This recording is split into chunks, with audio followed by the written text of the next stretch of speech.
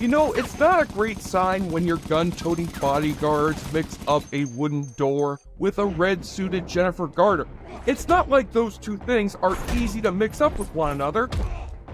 Even though reviews have been mixed for the DCU's latest installment about Superman's super cousin, Supergirl, producer James Gunn claims that his plans for DC Studios are still full steam ahead, even with the upcoming merger of Warner Brothers and Paramount. But it was over 20 years ago, long before the merger of 20th Century Fox's Marvel Universe and Disney's Marvel Universe, that we got the even worse spin-off movie of an already underwhelming Fox Marvel movie that brought Jennifer Garner's Elektra back from the dead from 2003's Daredevil to serve as an assassin for hire who must save a magic teenage girl from an evil gang of mutant ninjas, only for the results to end up killing any further Daredevil-related adaptations or female-led superhero movies for the next decade.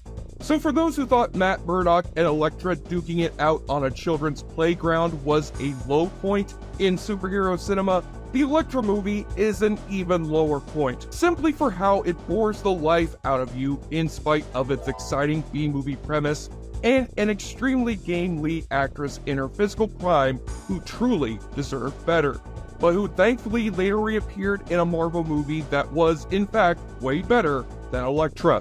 So now let us don our red spandex and stick our sais in their holsters while we tackle a Marvel movie so bad that not even the late Stan Lee makes one of his signature cameos in it, unless you count Stan the Man's role as sleeping elderly man in the audience of the Elektra premiere.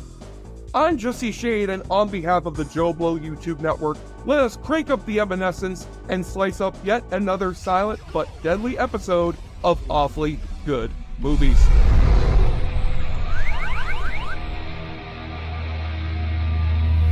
After last summer's Superman proved a promising start for James Gunn's new DCU, this summer now sees DC Studios' next installment focusing on the Man of Steel's harder-edged female cousin, with Millie Alcock teaming up alongside the returning Krypto and Superman, as well as the recast Jason Momoa, to save the galaxy as the Woman of Tomorrow known as Supergirl. And in the 42 years between Supergirl's solo movies, with her CW show in between, the fight for female superheroes in film and TV has indeed never been an easy one. But it was a particularly hard one in the mid-2000s when the furballed failure of Halle Berry's Catwoman in 2004 was followed the next year by an equally disastrous comic book spin-off flick that killed off female superhero flicks for over a decade, in which Jennifer Garner returned as the satin-colored assassin known as Elektra. While 2003's Daredevil may have left critics and comic fans disappointed, it was still enough of a box office success to move forward with its planned spin-off about Matt Murdock's murdered girlfriend, played by Ben Affleck's future wife, who's now brought back from the dead to serve as a professional killer for hire. But with its budget being half as big as that of Daredevil's and a rush filming schedule to accommodate Jennifer Garner's commitment to the last season of Alias, it was not exactly a shock when Elektra was released in the dumping ground month of January, where it would subsequently get dumped on by critics and audiences, with the lowest box office results for a Marvel-related movie since Howard the Duck and until Madam Web. And producer Avi Arad later promising Marvel stockholders that such a rush disaster as Elektra would never happen again on his watch, which it has several times for Mr. Arad's film productions in the 2 decades since. Yet seeing as I once stupidly liked the Daredevil movie in my younger years, before I was then horribly disillusioned by watching this even worse spin-off in theaters, let us now revisit a Marvel monstrosity that was as much of a setback for Jennifer Garner's movie stardom as it was for female comic book movies. And if you JoBlo viewers want to already know what my biggest gripe with this shitty spin-off is, it is the lack of Evanescence's classic single Bring Me to Life on the film's soundtrack, after its iconic appearance in Daredevil, even if that band does provide a song for Elektra's soundtrack CD, which does not appear in the actual film, and for good reason. And I breathe.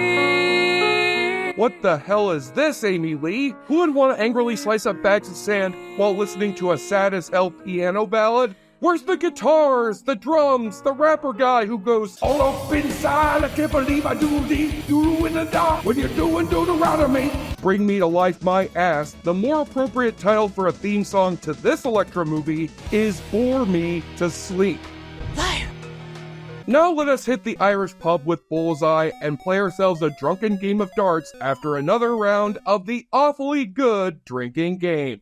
Take a shot or drink as we open with one of many exposition dumps from General Zod himself, the late great Terrence Stamp, playing the wise blind sensei named Stick, who was later played by Scott Glenn in Marvel's Daredevil show, who tells us of the ongoing battle between good and evil, between an evil syndicate of ninja assassins named The Hand after their favorite Michael Caine movie, and a gang of good ninjas who are known as the Chaste, with both of these sides practicing a mystical martial art by the name of Kimagure, with which Stick was able to bring back to life the leather-clad Greek assassin we last saw murdered by Bullseye back in Daredevil, Jennifer Garner as Elektra Nagios, who we now see donning a comics-accurate red bustier as we first see her sneaking into the heavily guarded compound of a billionaire bad guy played by an uncredited Jason Isaacs, practicing his American accent for the White Lotus. You can't stop her. Nobody can stop her. And who has been expecting this fabled female assassin to get past his bodyguards and give us the closest thing that this movie has to a badass kill scene. Don't worry, death's not that bad. How do you know? I died once. And that's what happens when you don't pay Capital One's overdraft fees in a timely manner. What's in your wallet? Your death certificate, motherfucker. We find out through flashbacks that Elektra was taught by Stick in the ways of Kimagure over at his training compound, only to later have her thrown out over her inability to let go of her suppressed rage, as well as her having offensively played an Asian woman in Disney's Mr. Magoo. Just go. I don't have anywhere to go. I got no place else to go. So nowadays, Elektra uses her newly inherited powers of prediction to make some big money traveling the world as a contract killer for hire, with the assistance of a wisecracking agent named McCabe, played by Stargate SG-1's Colin Cunningham, telling her of a big money hit job that was handed their way from a client who suspiciously chooses to remain anonymous. It's a lot of money. That's specifically for you. And this job requires her to travel to a forest-secluded island in which she moves into an empty cabin until further instruction, with Elektra passing the time by either indulging her chronic case of OCD or having childhood flashbacks of being forced into swimming in a pool by Elektra's father, who looks nothing like the older version of him from Daredevil. Keep going, Elektra. We're miles from where anyone can hear you! As well as when she found her mother murdered in bed by what she remembered to be one of the demonic band members from Gwar, but who then recovers from Mom's corpse a necklace with her name on it that nearly gets stolen by a rebellious teenage girl from next door by the name of Abby, played by Twilight Eclipse actress Kristen Crouch, who happens to be the homeschooled daughter of a hunky single father living in one of the cabins next door. Mark Miller, not to be confused with comic book writer Mark Millar, and played by ER cast member Goran Bizniak, who claims he lost his wife's life to a drunk driver and has moved from Baltimore under totally non-suspicious circumstances, as he relays to Elektra when his daughter invites their emotionally stoic new neighbor to join father and daughter in having some Christmas dinner that evening. Did you know today's Christmas? Dinner, December 25th. And I assure you folks that just because this Marvel movie somewhat counts as a Christmas movie does not make it a perfect double feature for the holidays alongside the Guardians of the Galaxy holiday special. Yet just as it seems Mark and Abby are beginning to fill the Ben Affleck-sized hole in Elektra's heart, she is finally given her kill orders the next day to take out this father and daughter with extreme prejudice, or at the very least, a badass crossbow.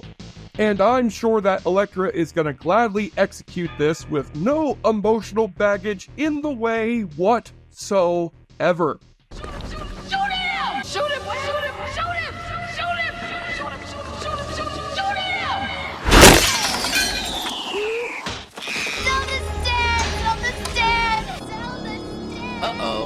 Now it appears that she cannot go through with this double hit job, much to the displeasure of the evil ninja syndicate that have been looking themselves for Mark and his daughter, as led by another recently departed actor behind a famous movie villain, Kari Hiroyuki Tagawa, as Master Roshi. No, not the Dragon Ball Z guy, who orders two of the Hands Killer ninjas to head to this island and take care of the Millers themselves, only for Elektra to return to this cabin in time to take care of these ninjas herself. Well, except for one guy who very considerately snaps his own neck, after which they turn, like all this movie's murdered villains do, into glowing green fart clouds. There'll be more coming. What was it with Fox's Marvel movies always wanting to turn their villains into fart clouds all the damn time? So with Elektra, Mark, and Abby now on foot to run from the Hand, she drives out to a nearby bar to ask for assistance from her elderly sensei, with Stick now making money as a pool hustler who is starring in Martin Scorsese's The Color of Kryptonite, and who scolds his former pupil for using her powers for the forces of evil. Why did you really save them, Elektra? Down payment on your sins? Damn you, son of a bitch. Why do you say this to me, when you know I will kill you for it? After which Mark confesses that he and his daughter are actually on the run after his wife was killed by the Hands ninja assassins, as it was foretold in Terrence Stamp's opening narration that young Abby has the honor of being the treasure, who according to legend is a motherless daughter who will tip the balance in the fight between good and evil, depending on which side she falls on. And on the side of evil, Master Roshi has ordered his son and most trusted assassin, Kirigi, a ninja with super speed and a stupid neck tattoo, as played by the pre-white guy version of the villain from Die Another Day, to round up a posse of mutant ninja assassins who look like the opening act for the Insane Clown Posse, as made up of Typhoid, a poison ivy type seductress with the power to emit toxic gas from her fingers and lips. Tattoo, a perpetually shirtless lookalike for the lead singer of Korn, who can make the tattooed animals on his chest pop off in 3D to track and hunt down his targets, while he stands back the whole time looking like he's coming in his pants. King Ku, a bald guy in a white tank top whose page on the Daredevil movie wiki even admits that he has no discernible mutant powers at all. And last but not least, Stone, a big bald brute with impenetrable skin and incredible strength, played by MMA fighter Bob Sapp, better known over in Japan as a beloved TV personality and commercial spokesperson, basically that country's version of Shat. So to hide Mark and Abby away from these Z-grade X-Men, Elektra drives them over to the countryside home of her trusted agent, where she and Mark confess their extraordinarily mediocre love for one another. I'm sorry. Yeah, I hated that. Sorry. Yeah, I hated that. And Abby changes her appearance with a brunette dye job to her blonde hair that makes her look like both a younger Elektra and a younger Dakota Johnson.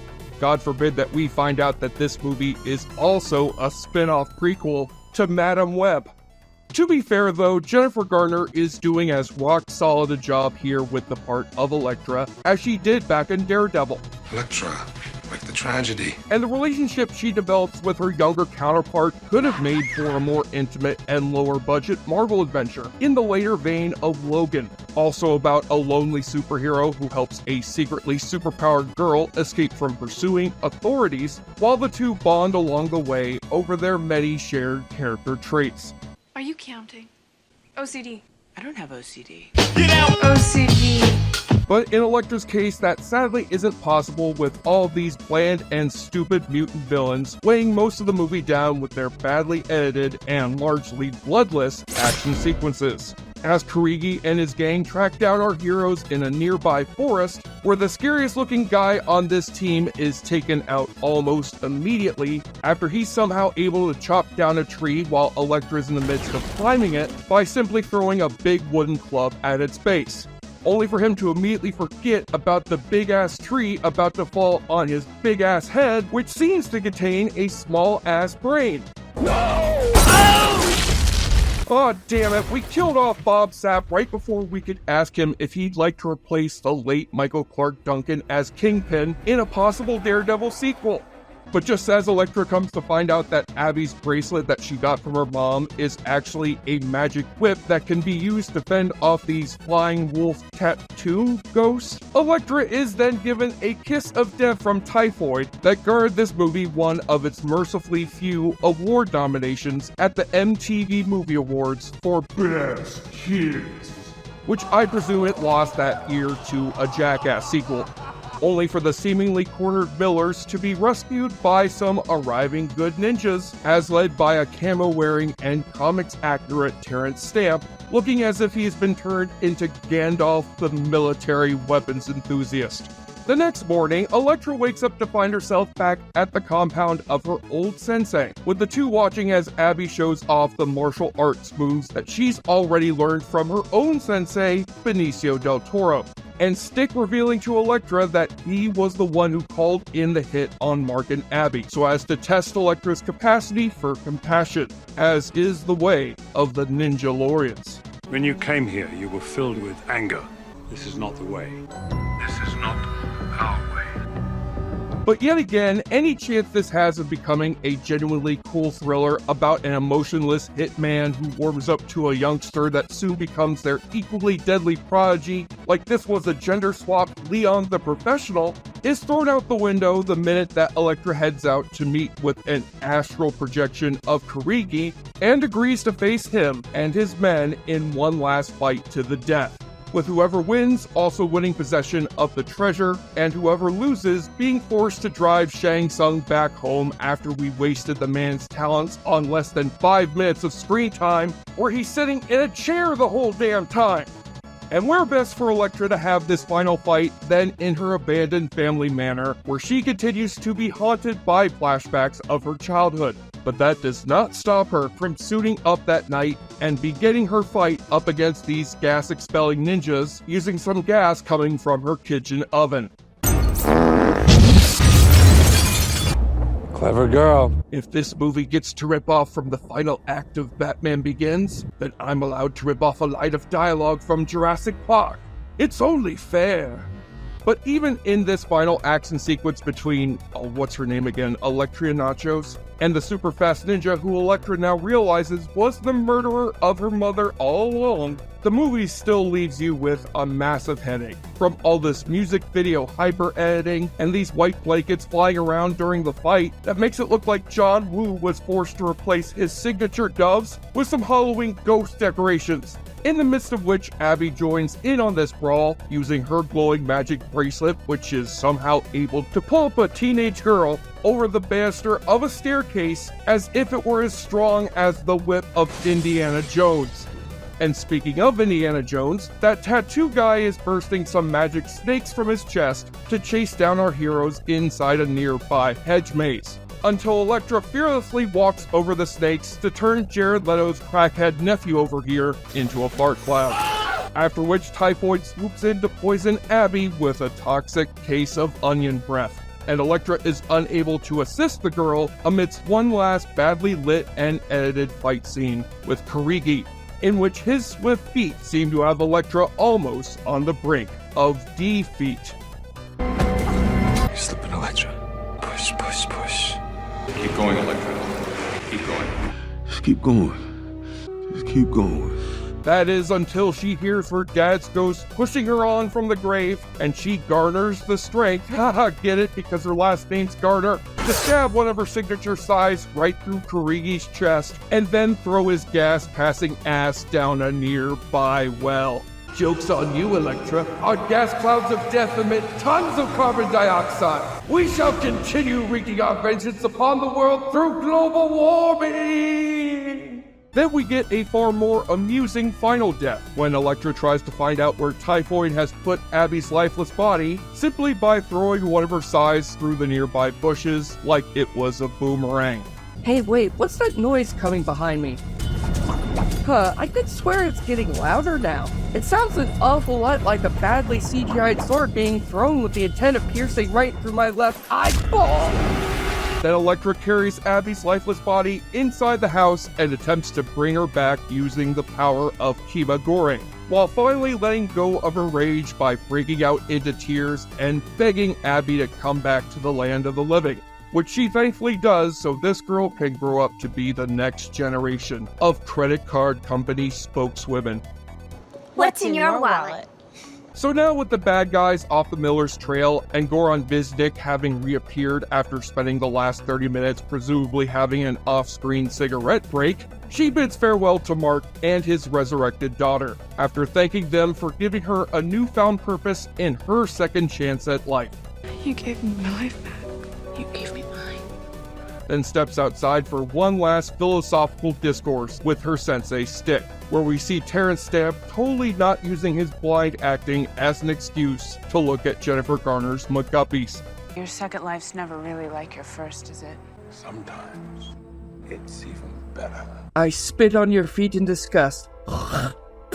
And I spit on your feet in disgust. But just as it seemed that the story of Jennifer Garner's Elektra would end here, now that she's walking towards the camera in 2000 superhero movie fashion, it would not be until 2024 that Miss Garner would return in her red bustier and spandex pants to reprise the role of Elektra in one of Marvel Studios' biggest box office successes. Jon Favreau directing himself in his reprised role from 2003's Daredevil in Foggy Nelson and Grogu. No, of course, Elektra Natchios would later return not once, but twice within Marvel's Cinematic Universe. First as played by Elodie Young alongside Charlie Cox's Matt Murdock in the Daredevil Netflix series, as now currently revived on Disney Plus as Daredevil Born Again, and then played once more by a 52-year-old Jennifer Garner as one of the many non-MCU Marvel movie characters who were sent to the void alongside Deadpool and Wolverine in, well, Deadpool and Wolverine, where she kicked ass alongside Wesley Snipes' Blade and Channing Tatum's Gambit as if she was still in her 30s, and which was a far better note for her character to end on than the Elektra movie was. With film critic Scott Mendelson claiming that Elektra's failure was responsible not just for the end of Jennifer Garner's post-Alias movie stardom, but also the beginning of Hollywood's decade-long hiatus from any female superhero movies until 2017's Wonder Woman, with then Marvel CEO Ike Perlmutter even directly citing Elektra's failure as proof positive that female-led superhero movies were not profitable. Keep in mind, folks, that this was the same asshole who once said the same thing about a Black Panther movie. And unlike how Ben Affleck's Daredevil gained some new fans after the DVD release of its slightly better R-rated director's cut, the unrated director's cut of Elektra, with said director being Rob Bowman of the X-Files movie and Reign of Fire, is only 3 minutes longer with a little bit more blood here and there and slightly longer kill scenes. But not the deleted cameo from Ben Affleck that can be found on the special features, reprising his role as the unmasked Matt Murdock, appearing in a vision to Elektra to warn her about their inevitably doomed marriage. And while I can at least admit that Daredevil movie is still an entertainingly cheesy watch nowadays, Elektra is about as deadly dull as superhero movies get. Bland characters, predictable script, badly rendered CGI, badly edited fight scenes, and barely much resemblance to the Frank Miller comic books upon which this flick was inspired. Which makes it funny that this movie would come out only a few months before the likes of Sin City and Batman Begins would slowly redefine what a comic book movie would look like, right before the beginning of the MCU. But even as a so bad it's good experience, or a fun time capsule of mid-2000s superhero flicks, Elektra barely has that much electricity to it, and should remain justifiably forgotten in a way that the likes of Catwoman or Madam Web certainly will not be. Yet just when it seemed as if an underwhelming superhero movie or two were not enough to disrupt the love affair between Ben Affleck and Jennifer Garner, along would come the DC Extended Universe and another darkly colored crime fighter by the name of Batman. Why did you say that name? On the enjoyableness continuum scale from Bull to Bruce, Elektra proves without a doubt that She-Hulk Attorney at Law was not the worst movie or TV show ever made about a girlfriend of Daredevil's, and throws its ninja stars to assassinate a 3 out of 10. When it comes to superhero spin-offs starring former co-stars of the Daredevil movie, Colin Farrell in The Penguin is a significant improvement over this crap. Until next time, this is Jesse Shade on behalf of Awfully Good Movies, and I certainly know what Fox Marvel character I want to be brought back into the MCU next. Bob Sapp in the role of Stone, or as he's called in the land of Japan, Baba Sappu! Hoshiwa!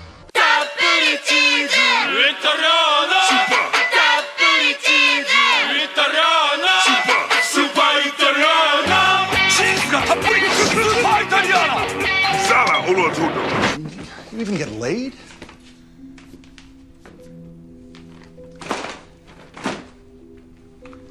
Thank you for clicking on our video, everybody. If you like what you saw here, make sure you like the video and subscribe and share with your friends who like this sort of content. We're an independent company, and we appreciate all of your support.